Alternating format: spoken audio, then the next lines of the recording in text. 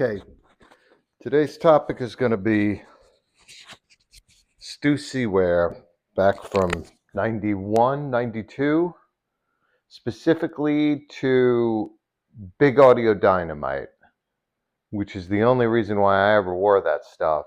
I got into it 1990, 91, and it was kind of cool because if you liked b.a.d, which I did back in those days, it was kind of cool to be able to go see them and then go and try and find the clothes that you saw on stage. I mean, in retrospect, fashion labels and all that stuff are pretty stupid. In those years, I was a short order cook and I didn't have a lot of money. And damn, I worked hard. I mean, between buying Stussy gear and drinking, pretty much just dead broke all the time. The good news is I always got into b.a.d shows for free, so thanks, guys. Anyway, all right, let's get down to it. All of this stuff that I'm going to show, and it's kind of somewhat slightly probably embarrassing because I literally own things that Mick wore on stage and in videos, and I never wore them in the same layered up as the same outfits, but I would incorporate bits and pieces into whatever I was wearing out.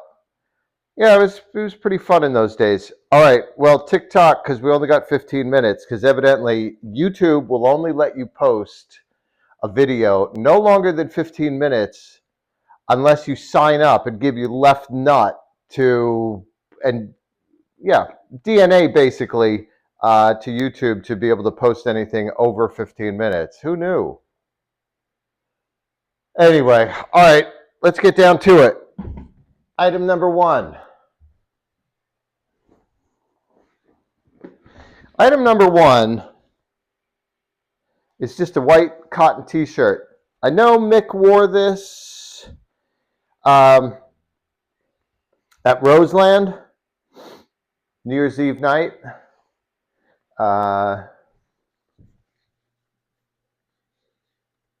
New Year's Eve night, 1992. Yeah. And you got your Stussy tag there. But what I always liked about it was, and this was the cool thing about on stage, was the Chanel double S, white on white. I like that. Unfortunately, I don't know whether you can see this. You probably can't in this terrible light, but it's white, it's cotton, and it's yellowed. In the same vein, this was kind of a fun one. More white on white. Stussy embroidered over the pocket. I don't remember Mick wearing this. It's from the same time. Anyway, kind of a cool shirt. Again, it's yellowed. Ain't nothing you can do about that. All right, let's get to it. Oh yeah, it's this guy. This guy. All right. Hang on, folks. Let me get this old hanger out of the way. Yeah, there you go. Look familiar, people? Okay, well, it's in pretty much all live performances, 1991, 1992. This is what Mick wore. There's some discoloration. It is not a stain. This is the fabric itself pulls away. I went to James, what's his name? James, the guy who opened the Stussy shop up on Prince Street originally. I used to buy this stuff before there was a shop at Prince Street, but the guy who started Supreme, James, whatever. Yeah, I would bring this shirt back and he would just hand me a new one because this kept happening. And so that was kind of cool. Probably got like three shirts for one because it just kept happening and he didn't know how to solve the problem. So he'd just throw me a new one. So cool. Thanks, James. You were a cool dude. I see you are doing well with that Supreme shit. All right. Once again, Mick Jones wore these pants a lot. These are mediums and they're fucking huge. Well, welcome to 1991. Probably can't see that. 100% cotton made in the US of A. Got your little pull thing here. And you got your Stussy tag there. Yeah, man. These were called beach pants. Pretty funny.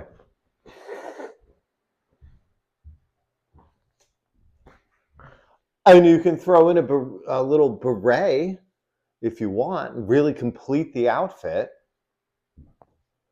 All right. Let's run through some Hawaiians from around that time. Pretty cool. This was running into like 1994. You start getting those tags.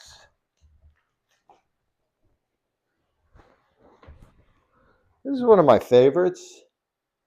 It's like this like African themed thing. A cool fabric. Once again, Sean Stussy just raiding thrift stores and buying up old fabric, moldy, mildewed, Southern California fabric.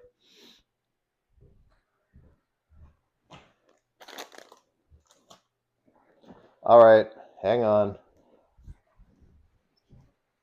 Yeah, this guy.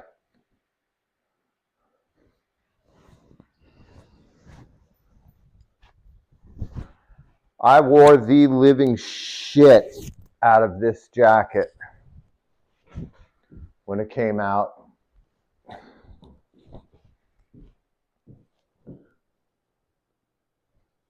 $1991. Wool.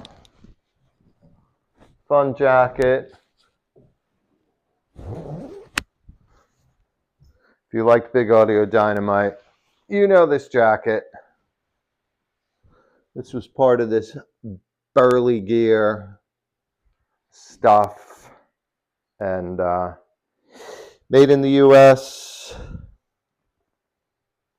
Pretty cool. But I'm selling everything. All right, let's get to another one. Another burly gear. Obviously, another jacket you're going to know if you know b.a.d from those days. This was called the Bing jacket. And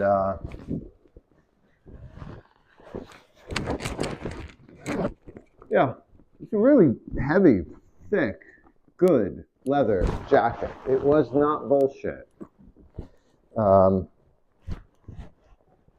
Yeah, it's a good jacket.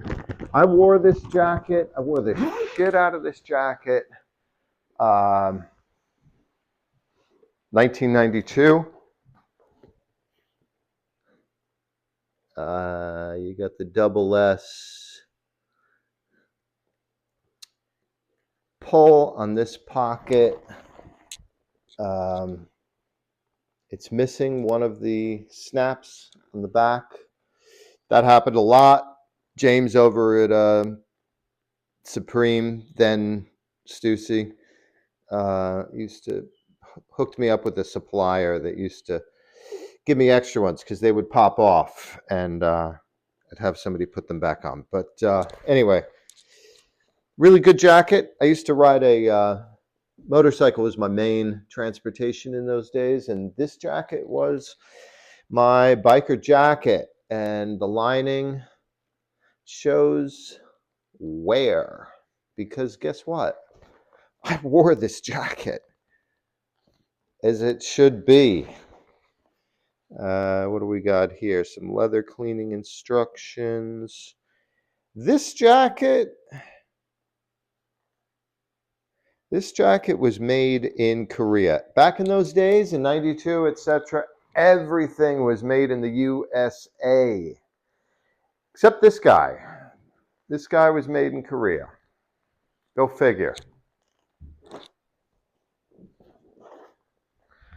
This jacket, I don't know what to say about this jacket. It's got a black on black Stussy leather label. I bought this in probably 94. I'm going to say 94 was kind of the very end of when I would buy anything Stussy.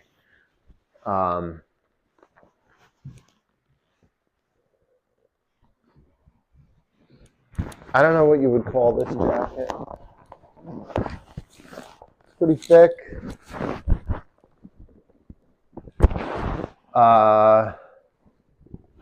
Yeah, it's a good jacket. I didn't wear it hardly ever. Bought it, and then, like I said, I think I bought it in 94, and then kind of shifted gears and wasn't wearing Stussy gear anymore. Anyway, I put all this stuff in a trunk, and I've been moving around a lot, and it was in storage for a while, and now I'm thinking I'm going to sell it to somebody who might like it, might actually wear it. I got one more surprise for you. Hang on.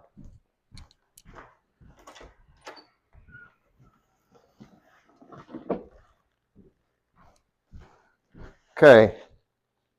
Here's another Stussy leather. I don't know whether you can see that. Oh yeah, this one doesn't even have Stussy on that.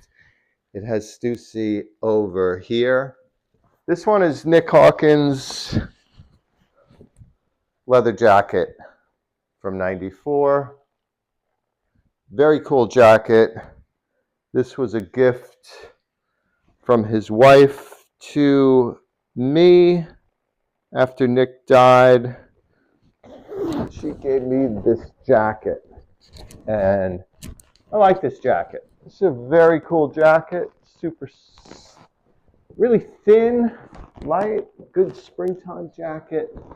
You can see this jacket in some promo stuff from 94, and I think you can see this exact actual jacket in the I Turned Out a Punk video. I think. Anyway, this one is not for sale. This one I'll actually wear. All right, folks, hope you enjoyed that memory lane tour.